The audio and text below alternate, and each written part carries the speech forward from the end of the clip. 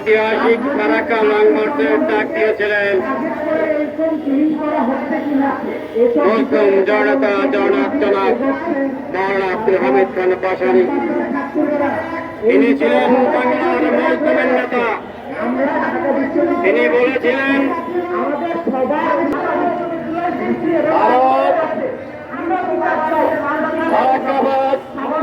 বাংলাদেশকে মরুভূমিতে পরিণত করার যে ষড়যন্ত্র লিপ্ত হয়েছিল তার বিরুদ্ধে আমাদের ঐক্যবদ্ধভাবে মোকাবেলা করতে হবে। তার উদ্দেশ্যই সেদিন তিনি ফারাক্কা লং মার্চের ডাক দিয়েছিলেন। আপনারা জানেন ভারতের এই ফারাক্কাবাদের কারণে বাংলাদেশের সকল নদীগুলো এক এক করে মরে যাচ্ছে। আমার কৃষক ভাইদের ফসল উৎপাদনে চরম সমস্যা দেখা দিচ্ছে।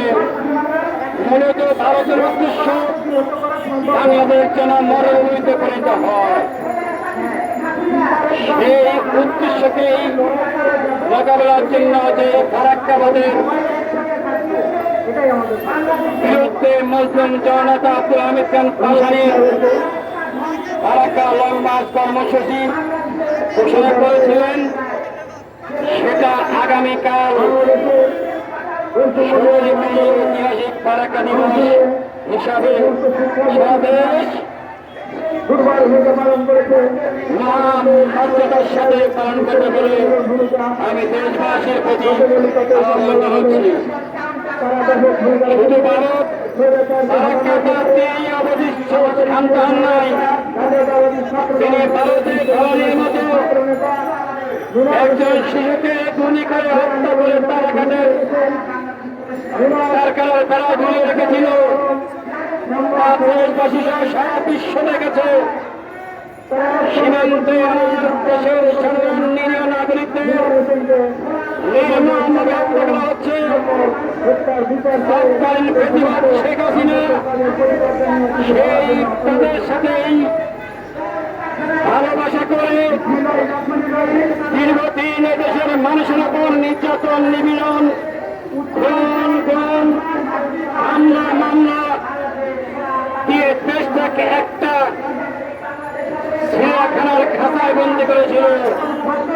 তিনি ভেবেছিল এদেশের মানুষ তাকে খুব ভয় পায়, কেউ কিছু করতে পারবে না।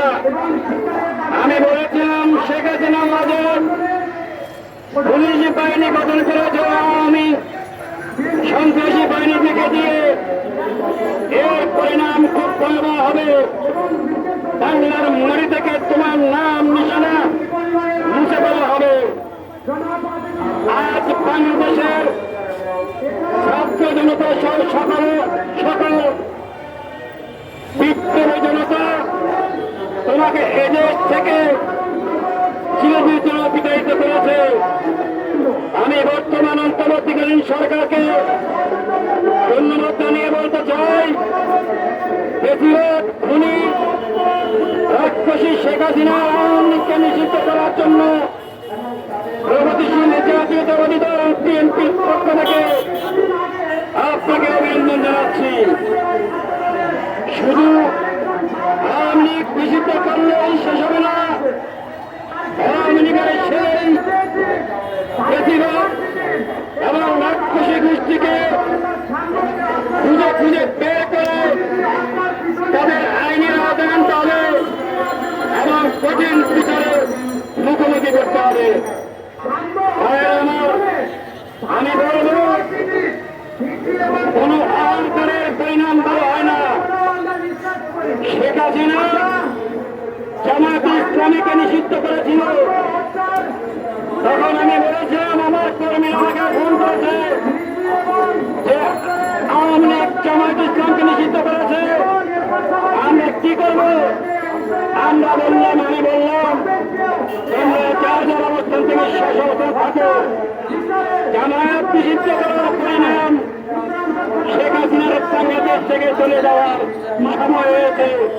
এদেশের মানুষ শেখ হাসিনাকে আর বাংলাদেশে থাকতে দেবে না, কারণ এরা লোকেরা পারে, এরা খুনে বিশ্বাস করে, এরা দেশের মানুষের রক্ত দিতে খায়, এদের মানুষ চিরদিনের জন্য দেশ থেকে বিদায় করবে।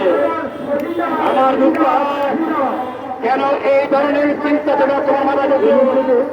তুমি জামায়াত ইসলামের রাজনীতি করার অধিকার আছে, তাদের অধিকার হরণ করে তুমি তাদেরকে নিষিদ্ধ করেছো।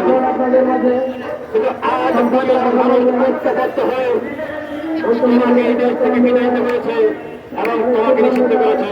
এটা গণহত্যা, এটা তোমার অপকর্মের প্রতিফল, সেটা তোমাকে পালন করতে হয়েছে। আমি বেগম খালেদা জিয়া, যিনি কখনো সার্বভৌমত্বের স্বার্থে জনগণের কল্যাণে কখনো কারোর সাথে আপোষ করেনি, সেই মহান নেত্রীকে তুমি বালুর চাপ দিয়ে অবরুদ্ধ করে রেখেছিলে। সেদিন আমি নোয়াখালী, কাপ্তান, বর্ধমান, ফকিরাপুর, বিজয়নগর, ছাত্র চত্বর সমস্ত জায়গায় ঘুরে বেড়িয়ে দেখেছিলাম যে সমস্ত মানুষ তোমার সেই দানবীয় আচরণ এবং সন্ত্রাসী ছাত্রলীগ, যুবলীগের অত্যাচারের ভয়ে চুপ করেছিল। হয়তো সেদিন মানুষ নীরব ছিল, জানত যে তোমার এমন একটি পতনের সময় আসতেছে। তোমার পতন তো ঠিকই হয়ে গেল। আমি যখন দেখলাম ছাত্র জনতার গণঅভ্যুত্থানের মাধ্যমে তোমার পতন হয়ে গেল, দেশ নেত্রী বেগম খালেদা জিয়া জনগণের ভালোবাসায় সিক্ত হয়ে বিদেশের মাটিতে চিকিৎসা করে যখন বাংলাদেশের মাটিতে প্রত্যাবর্তন করলেন, আমি দেখতে পারলাম তিনি হুইলচেয়ার থেকে উঠে দাঁড়িয়ে বাসায় যখন ঢুকলেন, আমি বুঝতে পারলাম দেশ নেত্রী বেগম খালেদা জিয়া তিনি যখন উঠে দাঁড়িয়েছেন তখন সারা দেশ উঠে দাঁড়িয়েছেন এবং দেশ নেত্রী বেগম খালেদা জিয়ার নেতৃত্বে আগামী দিনে বৈষম্যহীন বহুদলীয় গণতন্ত্র এবং সকল নাগরিকের মৌলিক অধিকার প্রতিষ্ঠার জন্য একটি বহুদলীয় সরকার প্রতিষ্ঠা হবে। সেই সরকার হবে জনগণের নির্বাচিত সরকার। আমি মরহুম গোলাম আজমের সাথে রাজপথে গণতন্ত্র প্রতিষ্ঠার সংগ্রামে একসাথে আন্দোলন করার সৌভাগ্য আমার হয়েছে।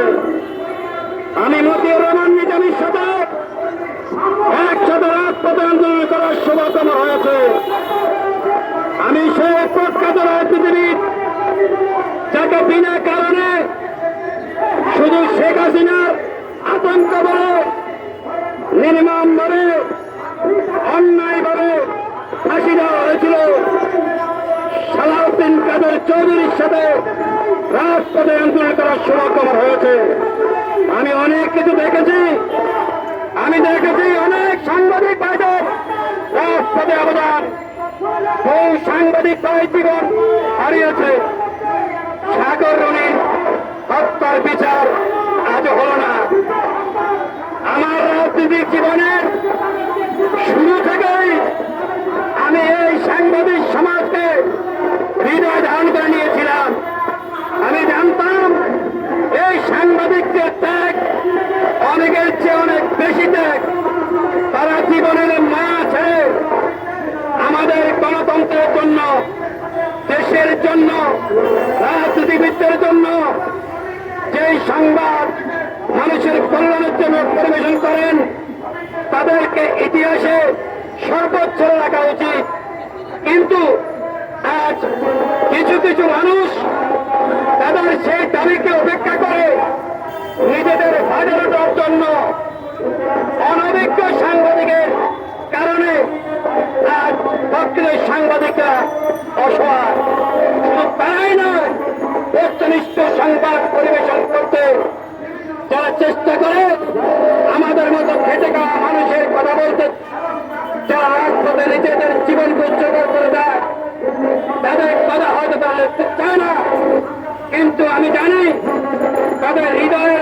কণ্ঠ আমাদের জন্য, আমাদের দলের জন্য, তা আমরা তাদের কাছে ঋণী। আমি বলবো, এদেশে গণ-অভ্যুত্থান পূর্ব যে সরকার অধিষ্ঠিত হয়েছে, আমরা আশা করেছিলাম আমাদের হাজার হাজার মানুষের লাশের উপর, দেশের রক্তের উপর যেই সরকার এখন ক্ষমতা অধিষ্ঠিত হয়েছে, তাদেরকে সেদিন শপথ অনুষ্ঠানে প্রগতিশীল জাতীয়তাবাদী দলের প্রতিনিধিত্ব নিয়ে আমি সেখানে ছিলাম। কিন্তু সেদিন আমি কোনো কথা বলিনি। আমি ভেবেছিলাম ডক্টর মোহাম্মদ গণতান্ত্রিক রাষ্ট্র এবং জনগণের ভোটের অধিকার ফিরিয়ে দিতে তিনি একজন বিশ্ব দরবারে যেই মানুষটি সুনাম অর্জন করেছেন, তাকে নিয়ে দেশের খেটে খাওয়া মানুষের গণতান্ত্রিক অধিকার প্রতিষ্ঠা হবে এবং ভোটের অধিকার ফিরিয়ে দেওয়া হবে। কিন্তু আজ সংগ্রাম সংস্কারের নামে যে ষড়যন্ত্র আমরা দেখতে পাচ্ছি, যারা সংস্কার কমিশনে আছেন তাদের কোন ত্যাগ বাংলাদেশে গণতান্ত্রিক আন্দোলনে আছে বলে আমি প্রগতিশীল জাতীয়তাবাদী দলের পক্ষ থেকে মনে করি না। আমি মনে করি বাংলাদেশের গণতন্ত্রকামী যে রাজনীতি খেটে খাওয়া মানুষের মুক্তির জন্য রাজপথে যে রাজনৈতিক দলগুলো ছিল, সংগ্রাম করেছে, আন্দোলন করেছে, তাদের অবস্থান থাকার কথা ছিল।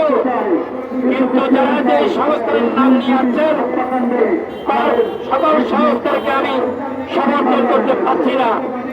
আমি যখন দেখতে পেলাম সাধারণ মানুষের কথা বলে কিছু এনজিও কর্মকর্তা আমার যা কিছু করার করবেন, তাতে আমার কিছু যায় আসে না, তবে তাদের বড় সংস্কার করা উচিত ছিল।